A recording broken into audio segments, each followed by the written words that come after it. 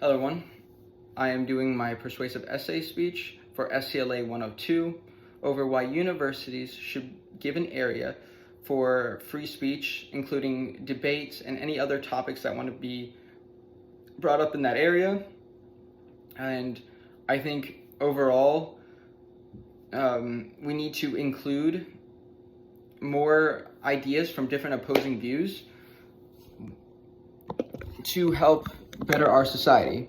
And free speeches at universities has been a very sensitive debate because there has been a decent amount of censorship, and people really in college have really different opposing views because you're bringing in people all over from different points of life and different cultures all into one space, which can be extremely good if done right, but it also can be really bad. And this space will bring people together to have intellectual debates and to create a area for knowledge. So this essay exemplifies the effective persuasion of ethos, pathos, and logos to argue for the need to create such an areas for free speech. It also impacts far and wide, not only in the schools, but other areas all around the country. Because in a world where people with different ideas are divided so strongly, are now increasingly the defining nature, or is the defining nature. These spaces provide a testimony to the possibility of conductive engagement and mutual respect between individuals who may hold different views. They show a template of how a broader social debate could be done in a respectful yet an enriching manner, which will improve the health and vigor of the democratic process. Imagine a hall of learning where all voices, even relatively unpopular ones, or those carrying a political bias, were in fact listened to, where there existed the free exchange of ideas, not merely suffered but also heard. The freedom of speech zones assigned on campus are meant to promise the students and others who have business there that their place is going to be a bastion of democratic values in a world that is becoming even more polarized than ever before. This way, the advocacy for the free speech zone is further given credibility in the sense that it is referring to a campus-wide source that is not monitored by the campus but by the people. So along the same line, Sydney and Khalid continue to clarify the educational and democratic worth of these spaces, presented by stating the creation of free speech zones not only supports the Constitution and protects free speech, but also greatly enhances the educational experience by exposing students to a wide range of ideas and options. It is valid from the point that it clearly outlines the manner in which free speech zones will be served to be beneficial within the academic environment. This will raise discussions from another cultural group that may be assistance to a community in finding common ground in most of the controversial topics, and to the disputes, thus helping in growing their argument in a non-confrontational way, which is what we are always trying to get. Finding middle ground in a non-confrontational way and learning from each side.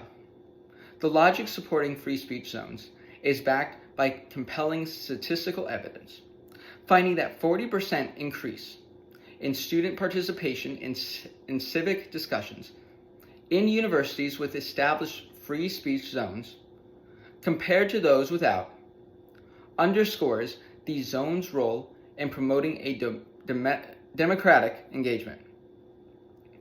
Data such as these could logically argue that free speech zones could be useful within a higher involvement within the student population.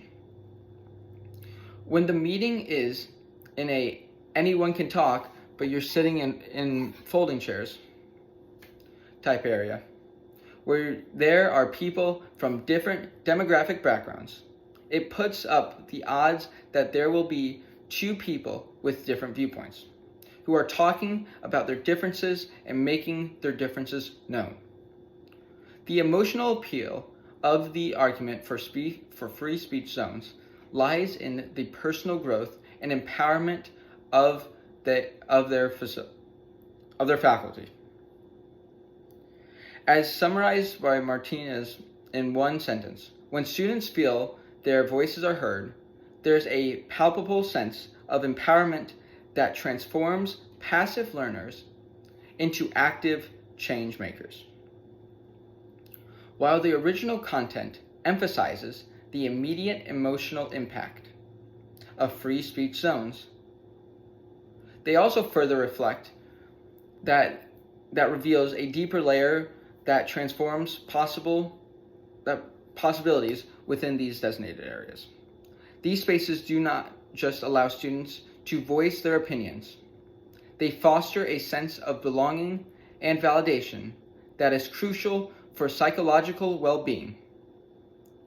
The empowerment derived from being heard can significantly enhance students' self-esteem and confidence, which we are all trying to have. I mean, I need it sometimes, which is something we're all trying to strive for.